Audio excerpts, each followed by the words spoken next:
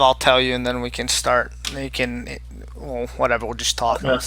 see where it goes. All right, let's see. All right. Tonight's live cast or YogaCast is sponsored by Xavier, 0 calorie soda. I wish. I don't have any sponsor. Okay, I guess it's going. Yeah, it seems to be okay. Remember, Matt says, remember, be nice. Dude, I'll try. I'll try. That's all I can promise. Alright, so guys, today my guest is Calculus Ace from the server. Introduce yourself, Calculus Ace. Hi, I'm Calculus Ace. Been in and out of the server for some time now, pretty much since the beginning. But after Matt and Yoga recombined, I just jumped back in actually. So Oh, really? I didn't know you were even. yeah, I didn't know that. Cool. Well, yeah, we're glad to have you. If I can ask, what's your first name? Is that okay? First yeah, name? that's fine. Yeah, first name's good. I'm Josh. Cool. Yeah, I'm Yeah, Lucas. All right. Cool. Well, yeah. fantastic. So, just I guess tell us your history with learning languages and just maybe the server, like finding the community, etc. How did that come about? Sure, sure. So I first got interested in language learning. I would say probably around 2013. That was when I first stumbled across the AJAT site. Kind of the backstory that led into that was I was going through engineering school at the time, and probably around my second year, I just got really fed up with a lot of the classes and just the way it was taught, and I kind of had found a more effective way to study back then, and to be able to get through the classes more easily and whatnot. And it just didn't seem like I was really gaining anything from actually being in the classes. So what I had kind of realized is, that if I just basically studied a lot of problems, a lot of solutions, I could more or less reverse engineer all those problems and be able to conquer any kind of test or problem that would be thrown at me in the courses. So then I started getting interested in like, oh, maybe I could actually apply this to Japanese because I was interested in like, anime and and Japanese culture, that type of stuff when I was younger, but I never thought I'd have the time to like study it, right? Because a lot of people always have this notion that you got to sit in a class for all these years to try to make any real progress. But then when I got into college, as I said, after that Yeah. experience I had going through the engineering stuff, it kind of changed my perspective. So I started researching, how to learn on my own, basically, or Yeah. what people have done. And that So was when I found AJET. you'd say Yeah. you kind of immersed in engineering then? Yeah, I I would say I def definitely I did. Yeah, I did the I didn't immerse in engineering. I went to school for engineering too, but I Yeah, didn't oh, yeah, immerse. yeah. Yeah. Yeah, I, yeah, man, I I, was pretty I was serious, blue man. pilled on the immersing at that time. Yeah, I mean, yeah, that's a good way to put it. You could say I immersed in Yeah. engineering. I mean, I literally had like book upon book of just solution manuals, right? And I just memorized so many different sequences and patterns, right? Because basically, Yeah. like because what you end up finding, right? And like, I don't know, let's take like, I don't, if you did engineering, you're familiar with like solid mechanics, that type of stuff, for instance. So like, Not I'm not sure anymore, how dude. I far you forget got. like Okay. 99.9% probably. No, that's good. No, that's totally fine. Yeah, But basically, like, I okay, never so let's actually just did take like engineering. I let's just just went take to like school designing a for it. structure, right? So like Yeah. basically like Well, let's not go what too I'll in throw depth. out Let's there. not lose everybody. But yeah, we can go into Oh a yeah, little bit no, no, on. Yeah. I'm not going to go too Yeah. far in the weeds on Cool. this. Just bear with me for just a second here, all right? On this, so basically, what I would say here, right, is like there's so many, every time you go through Yeah. one of those problems, right, even when you're in like going through high school math or science, whatever it is, it's always the problems are always worded in such a way where you're given so much information and you're missing something, right? And it asks you to find something. There's either certain assumptions you have to use and certain formulas, and then ultimately it leads to an answer, right? So there's more or less like a route to every single problem, right, that gets you to that desired result every time.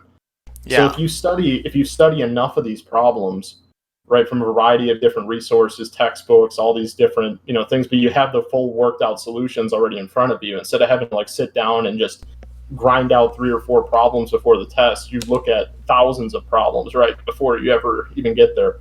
So then what ends up happening is right after you read the question, you already see the path all the way to the end before you've even done anything. Yeah. It's And kind that's of kind like of a the similar thing with coding as well, like how I've approached it. Sure, Yeah, sure. No, definitely. Coding is very relevant too in the same yeah, respect. But more or less, that was how no, I used to just study that way. Every day religiously, I would do so many problems, and eventually, you would get to a point where no matter what it was, you could always find the right path to get it yeah. right. Be- So, nonetheless, go ahead. let me just touch one thing too. Like Yeah. it's a similar thing because I see a lot of people approach coding with these coding challenges and things, and I always found the most efficient way to actually learn is just to simply look at all of the common solutions and just learn them, and then you can actually just use it. It's like I felt like a lot of people like to do. I mean, now I can do coding challenges, but I just find not much value in doing them because it's kind of like reinventing the wheel. It's like, oh, can you do this? It's like, yeah, but I don't really like for someone learning. It's more coding challenge is more something you can do after you already like learn code than than when you're learning code. I feel because when you're learning code, I think it's way more efficient just to learn how to solve a lot of these problems instead of actually trying to solve them yourself. I really feel that way. So it's kind of a similar thing. Just expose yourself to a lot of solutions, and then your brain naturally develops the ability to solve them, like in the correct way. Yeah, exactly. And it's very similar to how, going to lead back into Japanese, right? We take in a lot right through input, and eventually it allows you to output something that just simply is correct, right? Because there's no reason to ever like invent new Japanese, right? Just use Yeah, everybody yeah, else's Japanese that you know was already right.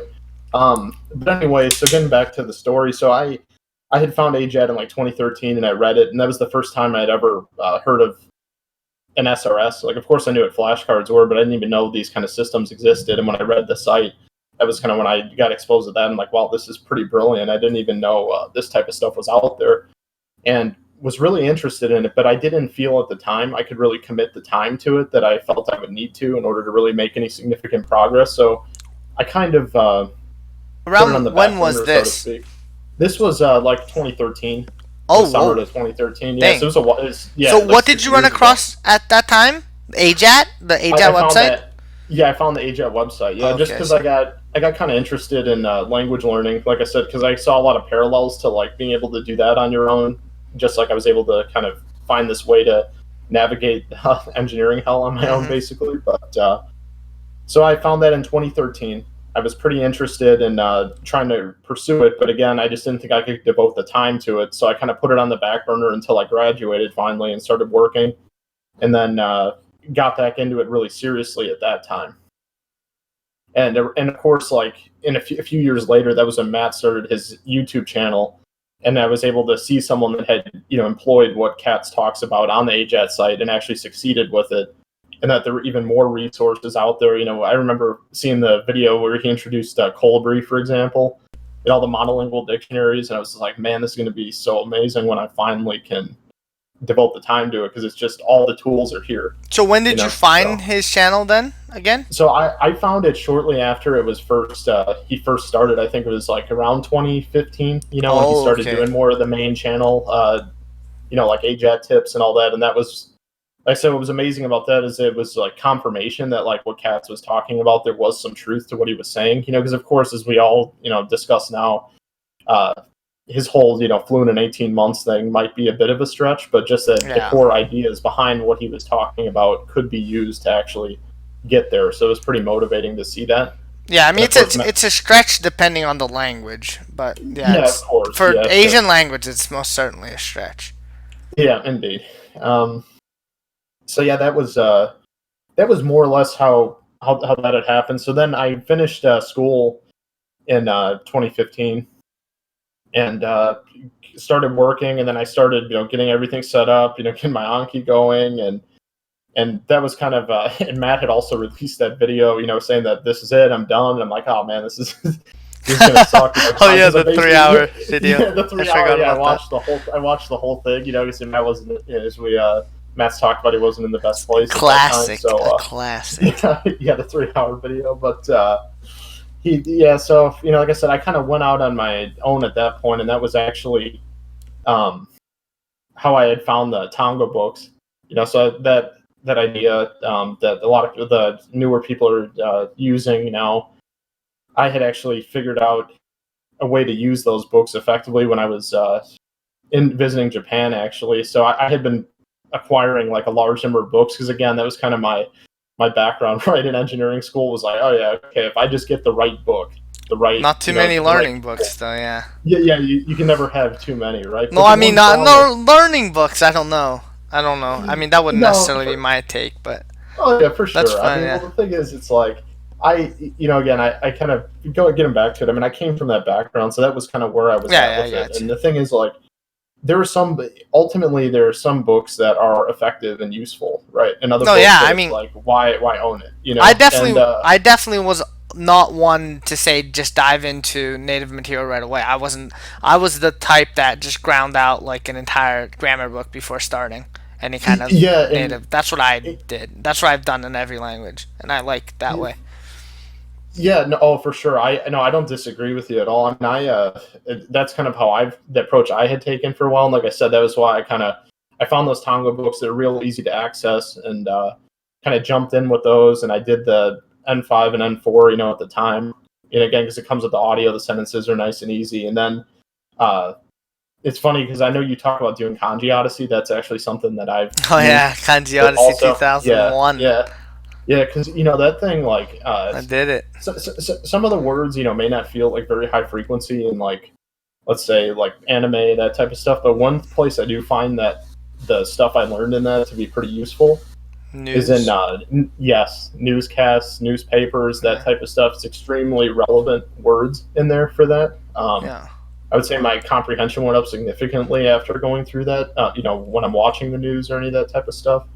Um, so that was a pretty great resource. And again, some of those kanji are high frequency supposedly. I don't really know what the pedigree is of that list that they No, I use, mean, but they're all common. um, I think all yeah, oh yeah, for every sure. every word on that whole entire list is I mean, like Yeah. it's common at least to the point where if someone reads often, they're gonna see the vast majority of those at least every year, at least Oh every yeah, year. Yeah. I totally agree for sure. I guess where I was going with it is like because I think there's like 1100 kanji in there or something like that, Yeah. Yeah. and it's like they claim that's like 90%. I mean, I'm not really sure what the accuracy is of that, but nonetheless, it was still it's a pretty great resource for that specific task, right? Watching the news or newspapers, that type of stuff. But yeah, I mean, I use that, and obviously the Morphman stuff has become very useful, especially since I still do work full time. So I leverage that quite a bit with my sentence mining now.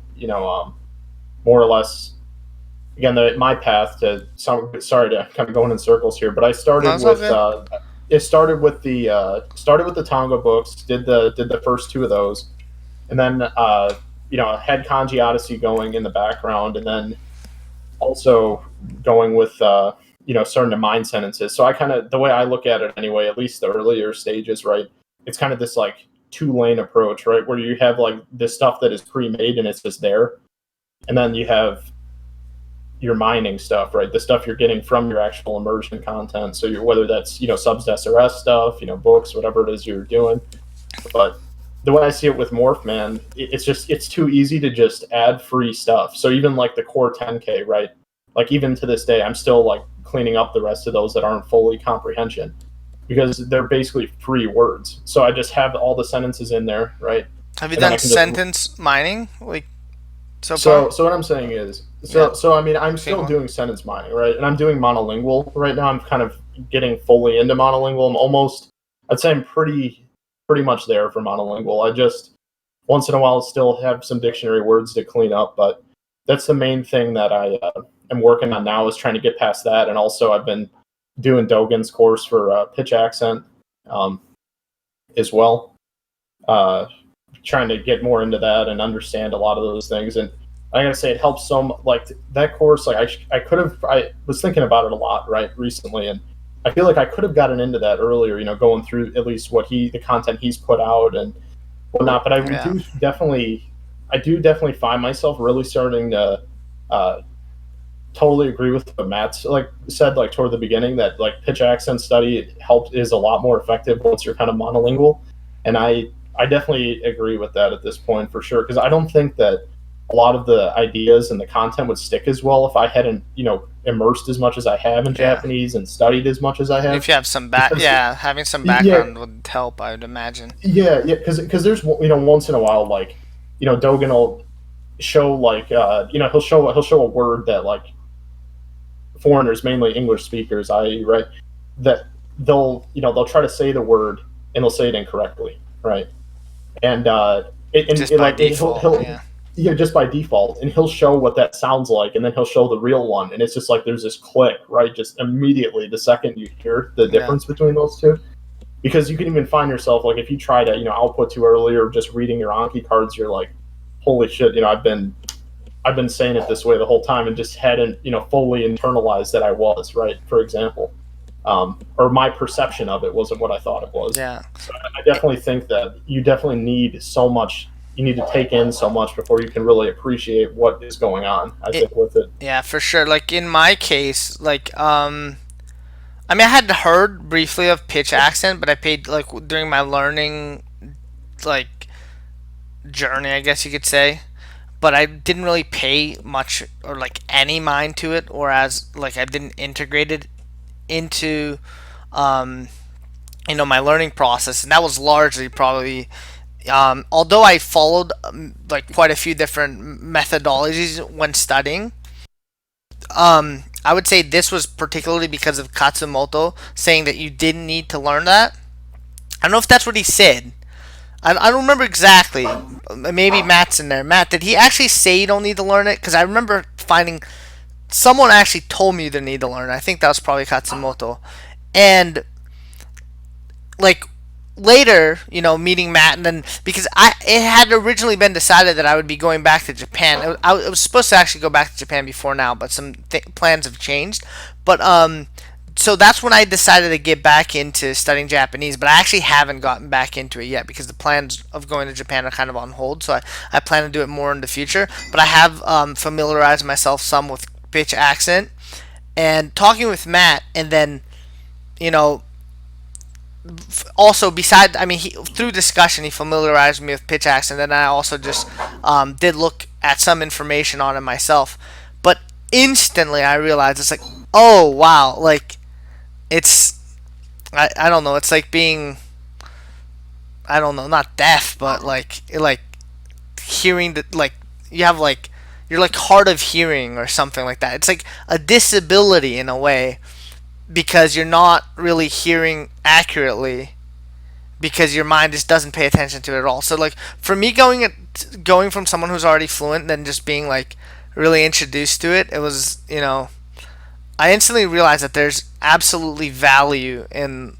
learning pitch accent from the beginning or from like near the beginning in my opinion. Um and yeah, it's just I mean there are some there's some communities that argue that you don't need it at all, but it's, in my opinion, it doesn't really seem like it's that much more. It's like, hey, you learn a word, and then I mean maybe at the beginning you won't do it at all, but later you learn a word and then you just learn like where the kaku is. It seems like pretty simple to me. Or you learn what category it is, and then if it's a nakadaka or kifuku word, then you also learn where the kaku is, which is the place before, the spot before it drops. But yeah, there's coming just I just want to say basically that coming from the perspective of already being fluent and then being introduced properly to pitch accent, paying and trying to pay attention to it, because for a short time I was re-immersing and stuff, but now there are too many projects, I'm too busy to really do that. But I did very quickly notice that there was a whole layer of Japanese that I was completely like oblivious to, or not oblivious, you can kind of hear it, but you didn't, but like the brain interprets that as just patterns that, like Matt said before, there are patterns that just can be applied to words, like to any word can be said in that way.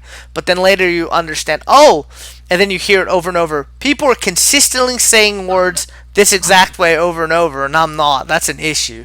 So that's all I wanted to say about that. So you started looking into pitch accent and stuff and continue, and then what bring you from that point to here? So what is going on now? What is the Okay, situation? so what's going on now? So of course I'm still. I mean, I haven't learned everything there is to know about pitch accent, so I've been continuing to fill in different gaps I have in my understanding of different pitch accent things. I've also been making I've been making cards that are more so like theory cards for pitch accent, just so that I Yeah. can review those different ideas that come up regularly, the different patterns, especially this stuff Dogen points out that's pretty high level, that easy to grab and notice, right? So I've been kind of doing that, and also been trying to get more liberal with my schedule. I think that's another thing that I've kind of downplayed quite a bit throughout the whole process, because I've gotten so used to do my Anki, do my immersion, but then it's like how much time I'm spending on Anki versus actually doing my immersion. Is there a way that I can fit that in more in the morning? Right when I get up, that type of stuff. I think is a lot better to be able to do, but sometimes not as easy to implement in practice, I find. So that's Cool. basically kind of where I'm at, is trying to iron out a more consistent schedule, because the last like month or two I've been kind of busy, because I've been trying to get some stuff ready for some immigration processes I've been going through. My wife is actually Japanese, so we've Cool. been going through some stuff like that, because I'm in the U.S., so there's a lengthy process involved with doing that. I'm sure you might be familiar with doing that as well, right, Yoga? Your wife's Japanese too? Yeah. Yeah, so once kind of got through that, I've kind of been getting back on the horse now, so kind of readjusting, trying to find what my next steps are. But I think at this point I have a pretty solid system down. Again, getting back to it, I have like 3 different streams. I have the bank, right, that just is all the mine content. I have my pre-made content, which is still just, again, those core 10K stuff that I just let Morphman choose what I can learn every day, because it's just a free word, right? And I could learn like 5 of those a day, and then I just do my mining cards basically. And then Yeah. I've also Go on. go ahead. No, go on. Oh Go no, on. I was gonna say was I also just to like fully solidify all the the grammatical structure, similar to what you did essentially. I believe because you went through the Dictionary of Japanese Grammar books, right? Yeah. All 3 of Massive those. grind. Yeah. Well, So it's I a mean, huge I grind, did the but first one right at the beginning, and then I sure, slowly did the other 2 yeah. over time. Because the So first we one could. puts you like at the like in a really good place to just start sentence mining right away easily. Oh, I totally agree with that, definitely. So I basically just started those from scratch. I have all 3 of them, and I just loading them in as I finish them, because I just doing 10 cards from that doesn't take me very much time every Yeah. day, right? To just rip through them real quick, and it helps, even if it's even maybe if it's review, just for just parsing when I'm reading. I find it to be kind of helpful once in a while. Because I didn't even mention this. I'm sure some people might be wondering. I didn't really do very much with Take In. Now I've probably read up through the essential part of it, but that was kind of where I had started to really use a lot of the Tango books and that type of stuff, because I just felt it was a lot better to just acquire it kind of organically, right? Just see it in the sentence, and then try to look it up later if there was some aspect of it I couldn't understand. Um, is mainly just because some of the Take Him examples, he reuses a lot of the same words. That's one of the things. It's just like you just see the same words, and then some of the, like, toward the end of the book, there's a lot of really strange words that he picks out. It looks like just out of a newspaper or something, and so that stuff is a little more obscure. And I think one of the other things that I kind of talked to Matt a little about this in the past, but I tend to think that, looking back on a lot of like the grammar stuff, and a lot of people wonder, how do you learn grammar, right? How do you go through that process? And I think one of the problems a lot of people have is they'll take a book like Genki, like Take Him, whatever book it might be that they're going to run through, right, to try to acquire that fundamental, structure. And they end up taking it as gospel, right? If you know what I mean by that. So it's like they just read the explanation for the grammar point, and then that is their framework for how the grammar works, right? So it's Yeah, just they like think it's like exact. Well, it's like exactly. a hint at best.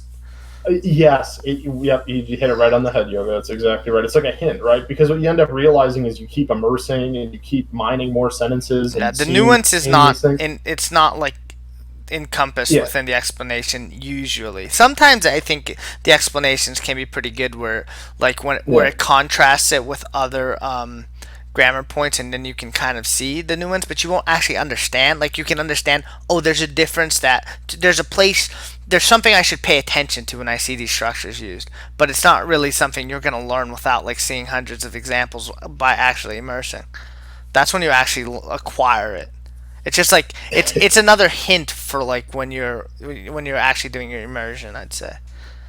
Yeah, and that's exactly I think the way beginners out there listening to this right now, that's the way you should try to think about it, right? Don't think about reading this as like this is the rule, and every time I see this, this is what it is. Every time, it's like you want to get to a point where you think about it in a flexible way, basically, and then over Yeah. time, it just you fully assimilate it into your understanding, right? Yeah. And that's something I think important that I think a lot of beginners miss out on. That it took me a long time to really have that insight, and I think until you've kind of walk the line, as they say, like on gone on the journey, it's hard to really fully grasp that I think aspect of it's learning. similar But to the RTK thing. Like we think of like, oh, we're getting an idea of what the kanji means with RTK.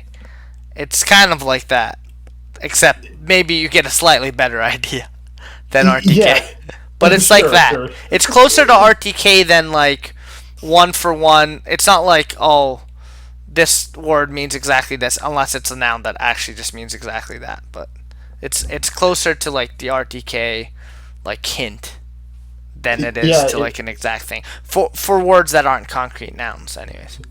sure. Yeah, and I think I think that analogy, right, that you just made is very relevant to just all of Japanese as a whole that I've found. It's like the other thing I think about a lot is like early on when you're kind of doing your your bilingual sentences, right, where you have Japanese and then you have the English definition of your target word that you're trying to learn in this case, or in your native language. What you end up finding is you start finding these like I kind of refer to them as like webs of words, right? Where they all refer to like the same concept if you translate it directly into your language, but it's not exactly the same, right? So, and the only way to bridge that gap, right, is through immersion and through seeing it and many different contexts, and then eventually you just get a feel for what it is, right? What's right and Yeah. what's wrong, and I think really the whole journey is like that, and I feel that as humans we have this tendency to try to put everything in a box, right? Just okay, just read this. This information's in here, and this is all of my grammar knowledge, right? That I have. This is all my kanji knowledge, and it really is a lot more fluid than that in practice. Is kind of what I found, but anyway. Yeah, I definitely agree with that. Um, yeah. So, what was I gonna say? So, where do you think you are in the process? So I would say, I mean, my skills are definitely improving quite a bit. I Yeah, but like, well, how much do you understand? Like, where you oh, actually like if I had to, yeah. really in So the that's always process? sure. Okay, that's fair. I mean that's always a classic question, right? Okay, if you watch an episode of this, what is your percentage? And I think this is always the stereotypical answer, but I'd say the answer to that depends, right? There's Yeah. sometimes I'll watch an episode of anime and I'll walk away like, okay, yeah, I understood like over 80% of that, right? And then maybe I'll switch to a different genre, maybe more of a mecha or like war strategy type anime. And then I'm at 20%, so it just kind of varies. I mean, I will say, like, when I watch Japanese TV, for example, I've seen immense improvement in the last year just from like continuously having that on and constantly watching it, and especially just watching the same variety shows many times. Like, of course, I'm varying it up, but over time, you do start to even just from listening, even though I'm not like sentence mining that, right? I found it myself improving dramatically just on certain shows. Like we watch Itaku a lot, like the comedy show that's on a lot. Okay. Watch. Yeah, I don't even know what that is. I haven't immersed in like Oh, a long time. oh, Universal. Yeah. We watch, of course, like Why Did You Come to Japan? Like those ones are fun, but a lot of different shows like that. But you know, um, again, like Japanese TV, definitely comprehension's fairly high on that. I'd probably say I mean, and fairly high for me, I would say is probably like 40 to 50% depending on the show, right? And then anime, some of them, the more slice of life, probably easily 70 to 80%, right? But then the more obscure stuff, it definitely drops considerably. So that's why I Yeah. say like the answer kind of depends when you look at like my overall understanding. I'm also just starting to really break into reading like, light novels and that. I think a lot of people jump into those pretty early, but for me, it was, I think a lot of people I've go through never this read a too. There's single light novel, so like the thing with so the it's light okay. novels and Just read light what you novels or like. Yeah. novels or yeah, it's all about what you ultimately enjoy, right? And I think the other thing is some people some people are able to just pick the book up and just power through it, right? Even though like they're just missing things left and right, and it, and of course that's going to happen naturally right at the beginning, no matter what. But I don't know if you I, watched the video I where I talked about yeah, this. Like, I had a yeah, strategy where you look certain things up and then sometimes you just read. Because if you're always looking it up, it's going to be really hard to make any progress. So it's probably better to oh just yeah, like split it in between. Like, I would just actually like underline words to look up later, and then later I wouldn't even go back and look them up. But sometimes I would just make a point to not look things up and just read like naturally and just understand what you understand and don't understand what you don't understand. At the beginning it's kind of painful, but slowly you'll like you what I feel is especially once you get to the point where you understand like 80% of stuff, and then you get enough sentences where you're just building like you're building like comfort with a lot of mhm. a lot of content, instead of like wasting all of one wasting all of their time just looking up words all the time. So I definitely try to do about half and half of that. Sure. No, I appreciate the input on that. I mean, that's definitely something that yeah, I'm always trying to get more feedback on for sure, because it is a pretty daunting task, right? Especially when a lot of us have this tendency of, okay, I want to know literally everything on this page, I right? mean, yeah, you can But just yeah, just wait. Just yeah, exactly, don't. yeah. Yeah, I mean, because there are Yeah. no there even it's like if you want a certain number of unknown words, you can just easily get them. You know what I mean? Like say, oh, I want to, because I went pretty hard. I was like, okay, I want 40 new unknown words today. So I can get that, like, especially when I didn't know anything. I can get that really quickly. I can get 40 unknown words within like an hour. And then what's the point of continuing studying that way after I already have my unknown words for today? Usually I'd have a plethora of unknown words from like many days just all saved up, so it didn't matter. But like I found it largely to be a waste of time because you're going to learn it through Anki later anyways. So it's probably better to just read naturally and not I mean, you can look up words sometimes, but don't read and like make cards at the same time, like almost ever. I would say, unless like Yeah, just put it to the side to make cards later. That's how I largely did it. Reading should for be sure. about about reading and just understanding what you happen to understand at that on that particular Yeah, day.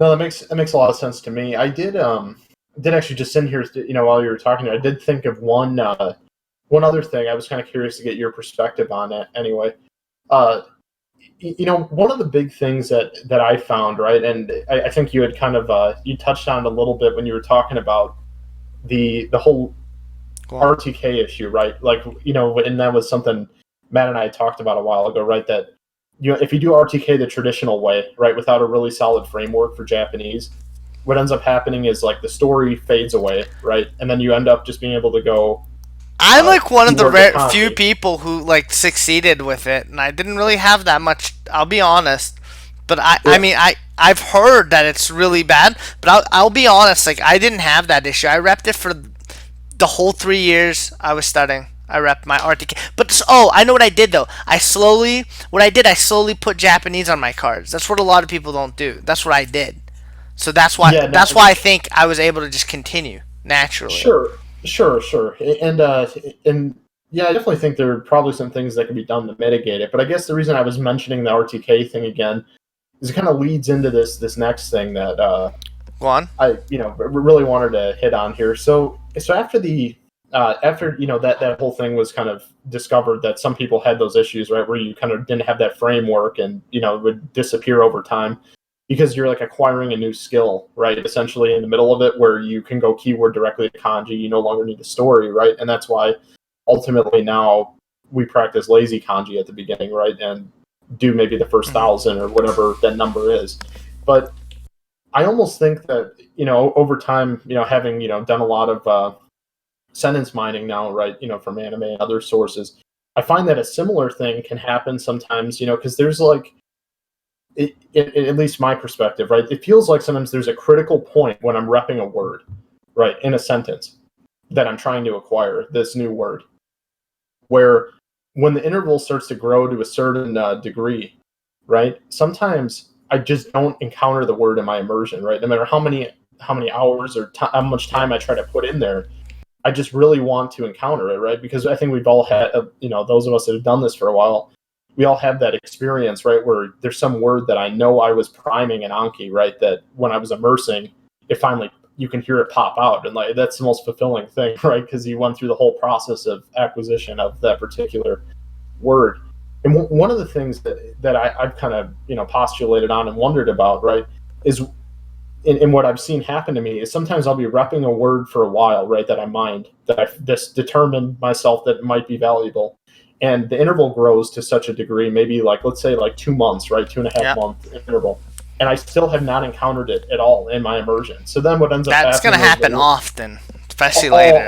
That's going to happen all the time. I mean, and I know that there's no guarantee that you're going to hear it, right? Yeah, but it's one thing that I found that's I mean, of course you can just listen again to the source that you acquired it from, or read it again, or whatnot. But a lot of the times, realistically, you're not going to sit and just listen to the same thing all the time, right? Unless maybe you're just doing it passively. Or, I mean, I don't think you necessarily need to worry too much about. Actually, I have a video planned on rare words, but I don't think you have to worry about necessarily words that fall through too much. I think if you run across them, you're going to know them. If you're even repping just a single sentence, your chance of knowing them is still, of recalling them is still pretty high, I would say. Although it's not going to be 100%.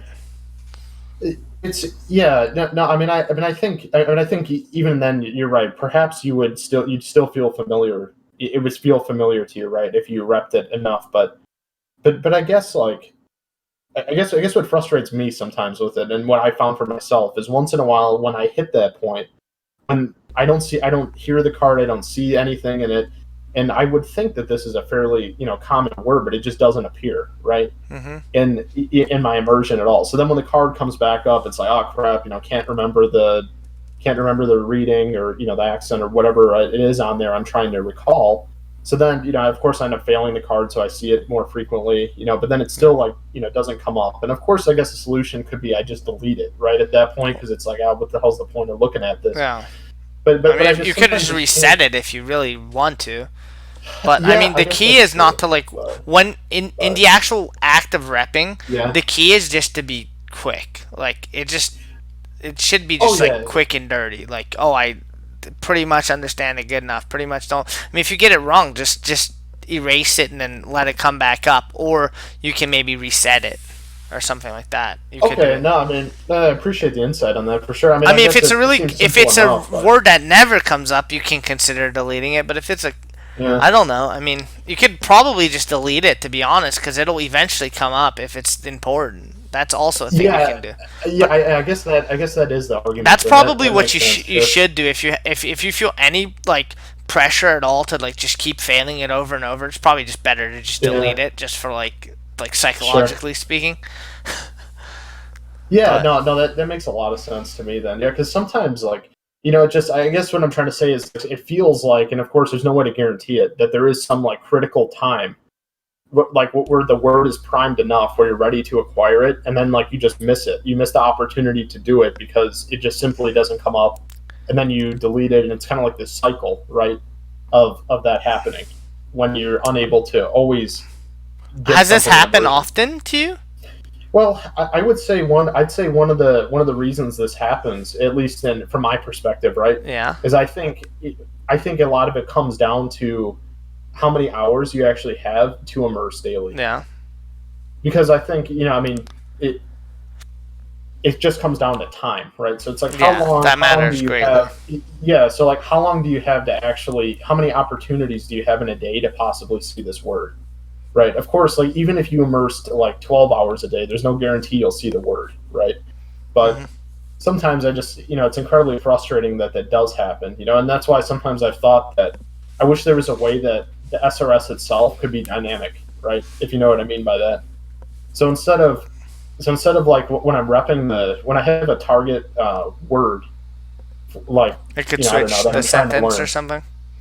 Yeah, it would pick a different sentence. Basically, it would look through the whole bank and be okay, this is still a suitable sentence for what you know.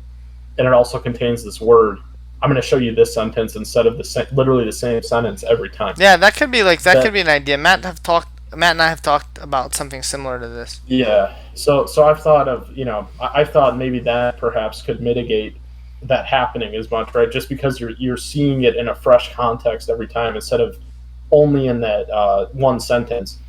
Just because you only have the one, if you don't see it in your I mean, immersion, right? I Like, mean, yeah, I mean,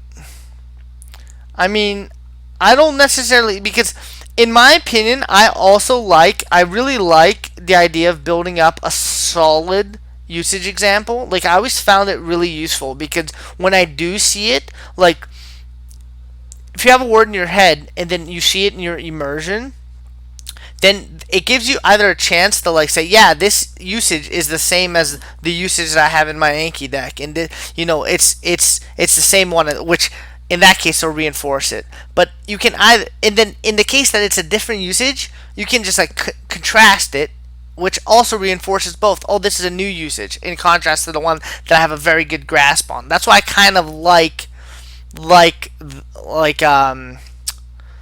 I like having just one sentence in my in my deck for each word, but or multiple sentences depending if they're words with different usages, which I would consider those like individual words with different meanings sure, themselves. sure, But sure. Go ahead. okay, what was I gonna say? Actually, go ahead. I forgot my final point on that, but Oh no, go on. it's all good. So again, I mean, it was just something I had been thinking about, right? So instead of like having multiple cards for the same word, it would just be one card, but the sentence would change out Oh over yeah, time as I over the remember. life of the card. Let me But just touch on this. I remember what I was going to say. Yeah, it's okay, but the final issue with that would be that you would the bank that was used would actually have to be split by usage, or it's going to mess things up. If it shows you a word with a different usage, it's going to be maybe confusing, I would think. Because you yeah, would no, have to fail it. I It would come definitely back up and you'd have to fail the card because it'd be a new usage you don't know. You know what I'm yeah saying? no, But and that makes I could see that makes something where it'd sense. be useful to Makes have sense. that. Yeah, no, I understand for sure. That makes a lot of sense What do you as think, well. Matt? And then about RTK, I think. Hey, am I allowed to foreshadow the RTK thing? I already foreshadowed it on Twitter like ages ago. I don't know if Matt's even here. He probably Yeah, dipped. yeah. I was gonna say, is He Matt on here? bailed. I don't know. Let me see.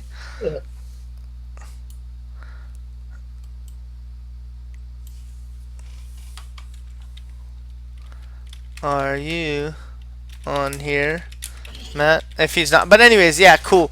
So no, yeah, I would just be wary of that because of many words have different usages. So if one could build a bank that actually takes the usages, like each individual definition a word has into account, then it would be like, then Yeah, it that would would be be pretty. that Yeah, would that'd be be a pretty better. amazing resource for sure. But okay, well, that was interesting to get your perspective on that. It was something I was just thinking about because it's a Oh, problem I've encountered that I'm sure this other is Matt. people have He says did as well. one possible option is to add three different sentences when you make a card and have it cycle between them. Well, Matt, we Oh could do man, something that cycles that's pretty between them brilliant. Yeah, yeah, like automatically. Like it'll just add like a new column to the table, which will be like which card to show on next rep, and it'll just change between each one. So yeah. maybe we Especially could do something since like that. yeah, and especially since we have like the what is it that uh what is it, the Kenkusha 5 or whatever, that other dictionary that has like a ton of sample sentences and all that. Oh, So there are, yeah. yeah, so it might be possible to do it. But yeah, Matt's got a good point about that. Maybe that would be a pretty decent idea. If in Anki, if it just cycled between the sentences Yeah. just so that I kept it fresh, right? Even as the interval grew, that might be a pretty Yeah. intelligent way to handle it.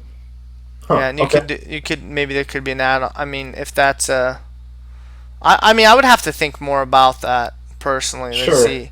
I mean, I guess it wouldn't be a bad thing to just have it if you find three I plus one sentences. That could be a new way to learn, where you find three I plus one sentences before Yeah. you actually Anki a word. You have to have three. You save them. Once you have three, Yeah, then you learn it.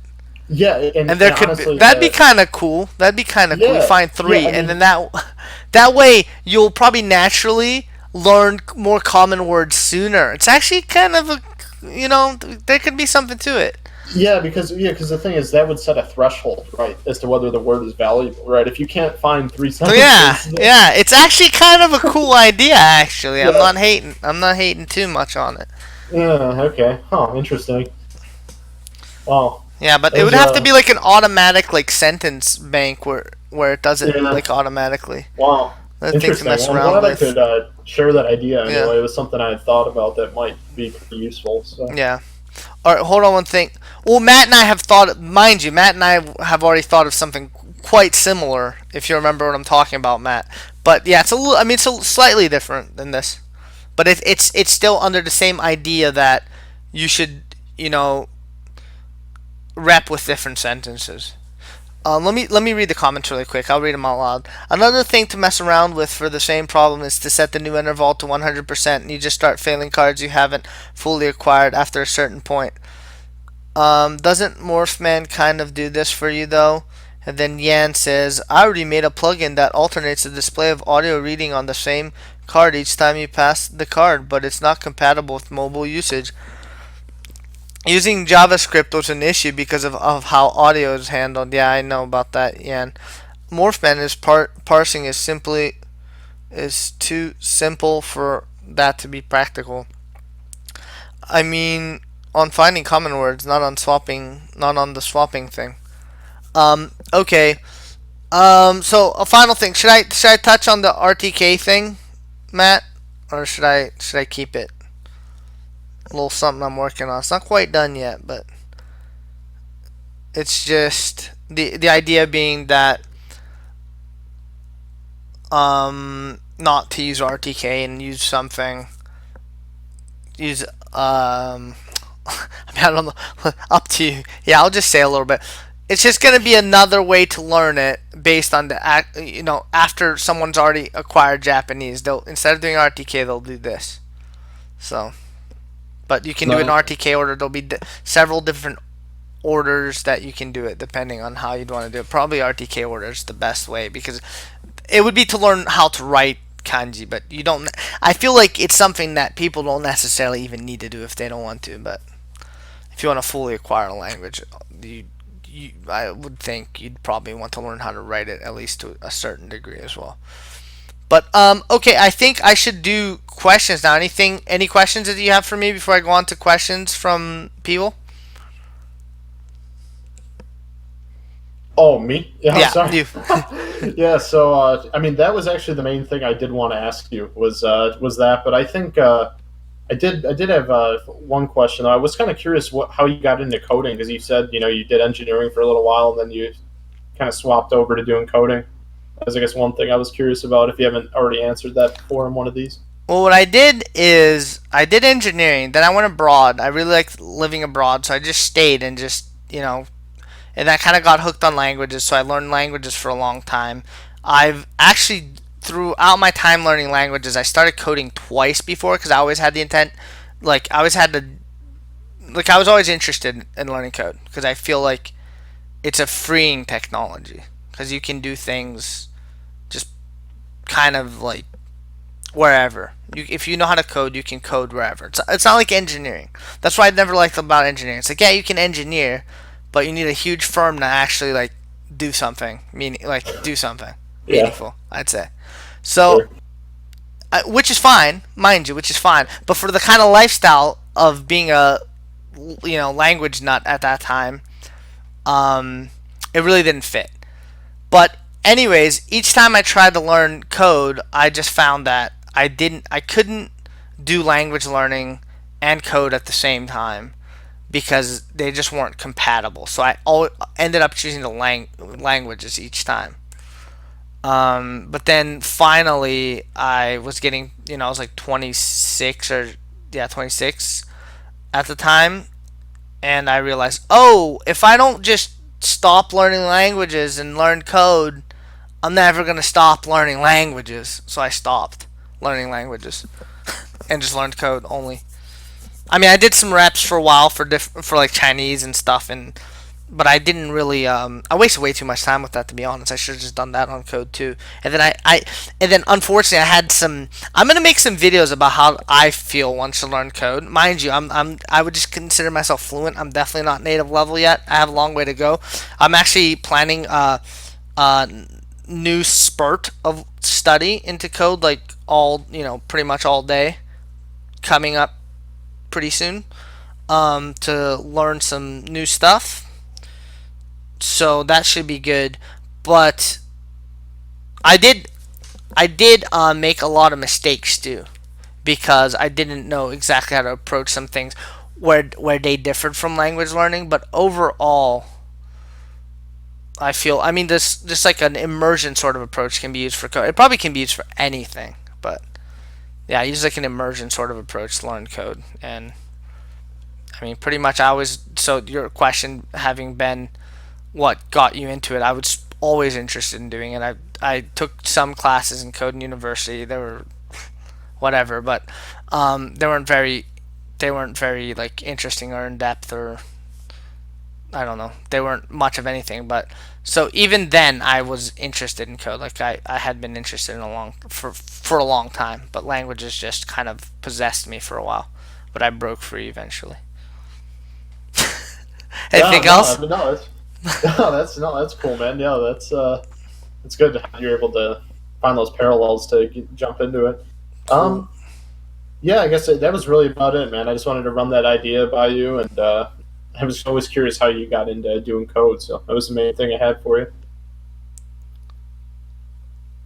Cool, fantastic. Well, thank you so much, Calculus or Josh. Yeah, Josh. Fantastic. I'm gonna go ahead and answer these other questions, and then I'm gonna wrap it up. So you can either stay and just mute, or you can just watch the live stream. It's either way. Which would you like to do? We'll go ahead and All right. which one? You gonna Yeah, end the cool. call? No, I'll jump. Yeah, You'll I'll just jump stay. in the live stream. It's fine. Okay, yeah. Okay, well then. All right, then. Bye. I'll see you in the live stream as I answer questions. Yep. Okay, See you, man. bye. Nice to meet you. It was nice. Good Bye. talking. Yep, yep. Bye. All right, I'll turn the video capture on. Hopefully, is it gonna work? Is it working? No, it's not. Come on, work! Damn it! All right, hold on. We'll get it. We'll get it. Believe. It's actually just straight up not working. What the heck? Come on. All right. It doesn't seem to want to load my camera. What should I do, guys? Should I just go? Should I go faceless? Should I dare? Probably not, huh? I should probably put my face on here. Hold on 1 second. Alright, let's try this again. Come on! It won't. Okay, I'm gonna have to restart the stream. Alright, hold on. I don't want to restart the stream, so I need your face. Language! What are you yelling? Matt versus Japan language? Hold on, let's look through these properties. Okay. Yeah, I know, what the heck? It like I thought when you press the button on the sources it's supposed to put the source back on. It most certainly is not doing that. Oh, I think it's because it's still being used here. Yeah, it is. Hold on, let me just close this. Alright, that has to be it. Let's see. Oh, yeah, that was it. Oh, the size is all messed up because I resized it. Alright, hold up. I'm gonna do this. We did it. Actually, we'll just center it because my video quality is crap anyways, guys. So I'll get a new webcam coming up at some point. Hopefully. There we go. We'll just center it like that. How's that? I'm sure everybody's well pleased now. Alright, let's be more aggressive. I can't be more aggressive, man. It's late. I'm tired. I worked hard today. Alright, let's read what people were saying, because I missed half of this. That would be super easy to set up manually. Blah blah blah blah blah. Matt Morphman. It's oh yeah, we're okay. There wasn't that much. Up to you. Don't do anything you'll regret. No, I won't regret it, Matt. There was no release date. There's nothing. That's just something being worked on slowly. Steve in the making. I thought you said I thought you said you never made mistakes. What is that? What is that referring to? He's just being humble. There were no mistakes. Oh, we hear Matt versus Japan. Oh, yeah, it should be Matt and Japan. No, it shouldn't be. We hear you at least. Language. Okay, yeah, we're good. We're good. All right, so let me get on to these questions. These glorious questions. All right, we're gonna start on the questions from my old Patreon. So let's take a look. So the first question is, I was wondering if you've had any experience with translation or interpretation. This is from Skabak, the famous Skabak from the first YogaCast. And if you talk a bit about it, if you have. I did some translation in when I moved to Japan, and that was after like only 2.5 years of study or whatever. I was doing that even before I got the N1, and how I felt about it is it sucked. It wasn't fun. Like the work, even it was doable. It just wasn't fun. And then I didn't like the workflow where you constantly have to like bid for projects, and like you have to like prostrate yourself in order to like get work. And I mean, it's not really that bad realistically if you get into it. If you kind of like doing that, like bidding, like the activity of getting projects and doing all that, maybe. And then the actual tasks itself they were just, I don't know, just dull. It wasn't for me. There's nothing wrong with it. Like I have a buddy who makes like good money. He makes like 6 7K per month translating, and he likes it. So more power to him. It's not that bad if you use software that helps and stuff, but no, not for me. Didn't like it. All right, Jack Constantino. Oops, I shouldn't probably tell everybody's name. Sorry, I forgot about that. Except I won't say anybody's name unless they're like obviously an avatar. All right, do you experience code switching with your languages, especially for languages, i.e., finding yourself expressing a certain idea that could be best expressed in Mandarin when you are communicating English, Portuguese, Japanese? When I was like in my heyday of learning languages, that definitely happened more. It still happens between Japanese and English now because like I actually although much less than even that at its peak, but it still happens because I actually speak with my wife in like a jarbled mess of language of Japanese and English.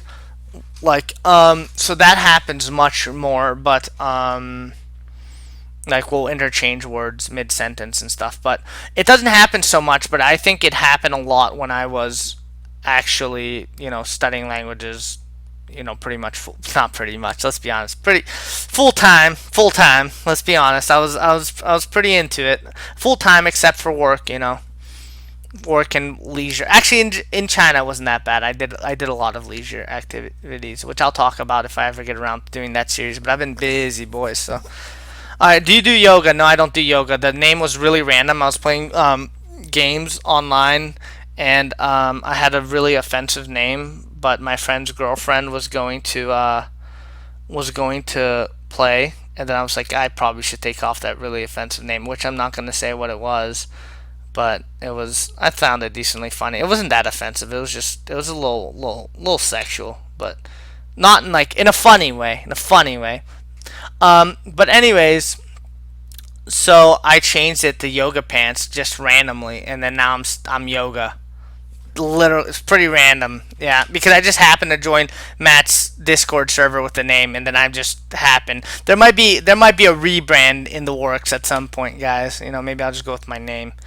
All right, and the next question from Skabak is, he has two questions. Man, he's on it. He's on that question game. We do, yeah, we do code switch, but not like that much, Matt. Like it's not like it's not that legit. It's not as legit as it could be. Alright, so Skabak asks, sorry if this question seems kind of personal, but I was wondering if you could go into the relationship between you, your wife, And pitch accent. Did she ever mention it to you? Has she ever corrected your pitch accent in the past? Or like most English speakers use stress accent correctly, but have never actually heard the term stress accent. Does she just have native pitch accent but hasn't really put any thought into it? And since you are fluent, I'm guessing you haven't had any problems communicating. She just accepted your accent as your accent. Largely last thing you said there, where she accepts my accent as my accent. But there've been several occasions for certain words that I don't even want to say because I'm gonna get them wrong. But like, because I still haven't learned the pitch accent to them. But she always said it for like oji-san, and then oji-san, like whatever. She would always say, "You're saying it wrong." It's like for that word, and then she would do it for a few other words, but she never really bothered too much. She probably just thought it was a lost cause instead of telling me, "Hey, there's this whole system of strict pitch accent in our language." But she didn't even know. She just says it right and just thinks, "Oh, this is how you say the word." But if she would have told me that, then she would have unleashed the beast, and then I'm sure I would have probably acquired it a long time ago, to be honest. But now I don't have time for that too much. All right, let's go on to the next one. There's a new notification. Is it a question? No, Matt just deleted his pledge. Matt, that is horrible. Lucast. Yeah, there you go. Lucast.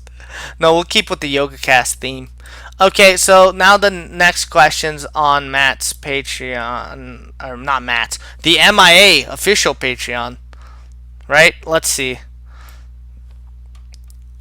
Okay, so I don't know if this is this must be an avatar. So I'm gonna say Ausflug, whatever. Hi, could you rate the difficulty of learning Portuguese and the difficulty of learning Chinese on a scale from 1 to 10? Of course, subjectively taking into consideration you already spoke Japanese.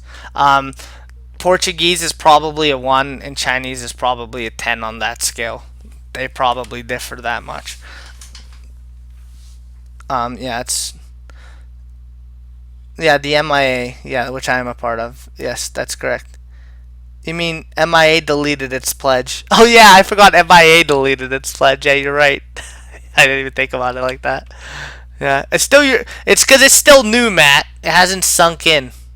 Like I don't use the correct pronouns. The correct pronouns. The correct possessive pronouns yet. I'll get to the point where this video probably just got banned off YouTube because I said that. All right, let's continue. So yeah, no, Portuguese was extremely easy. Portuguese can be studied. Like I feel like I'm not sure if all European languages are like this, but European languages are highly similar to English. I would guess can be studied just completely like bilingually. There's no reason to really even go. I mean, you can go going monolingual would be easy as heck too. But I mean, I never even bothered. I only did it bilingually because almost every word was just like straight up used exactly the same way as in English. There were like a few things. It was like just incredibly like consistent. Whereas Japanese, Chinese, they just have like completely different ways of speaking and like using words, which I didn't feel happen really in Portuguese. It was just pretty much like English slightly changed with different words. It felt like that. So it was super easy. How would you recommend gaining a solid understanding of concepts like wabi sabi, mono no aware? You can ask Matt that because he's all into it. I haven't studied Japanese in ages. I would just probably recommend just immersing and just the one fits all band-aid. Immerse and then wrap your cards. You'll get there.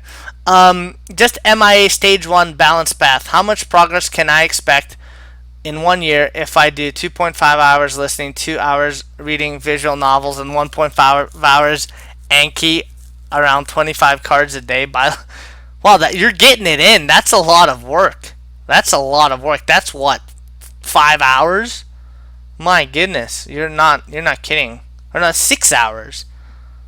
Dang, you're getting it.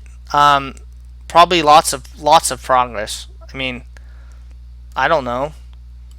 That sounds like close to as hard as I went. Like in a year you'll probably be understanding most things, I would imagine, if you're doing 25 cards and then you're also immersing for 4 hours a day. I would probably immerse more. Well, actually, if you want to just very quickly be able to understand lots of content, probably reading a lot from the beginning is the best, huh? So if your goal is just to like really like learn a lot of words right away, probably reading 2 hours. I mean, I don't know. At the beginning, I don't think I would read that much. I would read a little bit less than that. Maybe an hour and a half. You can do 3 hours of listening, and then maybe just an hour and a half of reading. But I would think you'll make really good progress because that's pretty hardcore, 6 hours a day. And if you consistently do that, don't push yourself beyond what you can do, though. Don't burn yourself out. That's all I'd say. You'll make a lot of great progress if you do that. You could probably even cut the Anki down to like an hour. An hour and a half is kind of a lot. It's kind of grindy. I mean, that's what I did. It worked, but I doubt it's necessary. All right, guys. I think that's gonna be it. Or read a book on it in Japanese, or join a Oh, this is to Strider. Read a book on it in Japanese, or join a Japanese temple and become a monk. Yep. Yeah. I mean, yeah, just immerse in that content. Like, I don't know what's going on with that. I'll be honest. That's not what I have immersed in. All right, guys. Any final questions?